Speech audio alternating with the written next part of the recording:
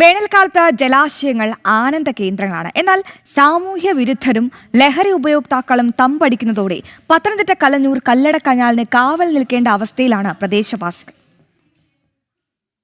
വേനൽ ചൂടിന് ആശ്വാസമായി കുട്ടികളും മുതിർന്നവരും ആശ്രയിച്ചിരുന്നതാണ് ഇവിടം. പ്രാദേശിക ടൂറിസം സാധ്യതകൾ കൂടി ജനിപ്പിച്ച ഇടമാണ് കലഞ്ഞൂരിലെ കല്ലട കനാൽ. എന്നാൽ അടുത്ത കാലത്തായി സാമൂഹ്യവിരുദ്ധരുടെയും ലഹരി ഉപയോക്താക്കളുടെയും കേന്ദ്രമായി ഇവിടം മാറി. ലഹരി ഉപയോഗിച്ച ശേഷം കനാലിൻ്റെ കൈവരിയിലൂടെ നടന്ന വിദ്യാർത്ഥി അടുത്തിടെ താഴെ വീണ് മരിച്ച സംഭവവും ഉണ്ടായി. അതോടെ കനാലിന് കാവൽ നിൽക്കേണ്ട അവസ്ഥയിലായി പ്രദേശവാസികൾ. ഇന്ന് 2-3 അപ്പം ഞങ്ങൾ വിലക്കും. ഞങ്ങൾ ഈ ബോർഡൊക്കെ അങ്ങനെ കൊണ്ടുവച്ചാൽ പിന്നെ ഞങ്ങൾ വിലക്കും.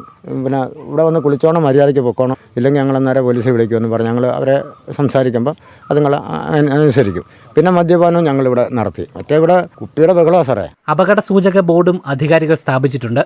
അനാശാസ്യ പ്രവർത്തനങ്ങളും ലഹരി ഉപയോഗവും പ്രദേശത്ത് വർദ്ധിച്ചതോടെയാണ് നാട്ടുകാരുടെ പൊറുതിമുട്ടിയത്. ഇത്തരത്തിലെത്തുന്ന ആളുകളെ തിരിച്ചുവിടാൻ പോലീസ് നിർദ്ദേശം നൽകിയിട്ടുണ്ട്.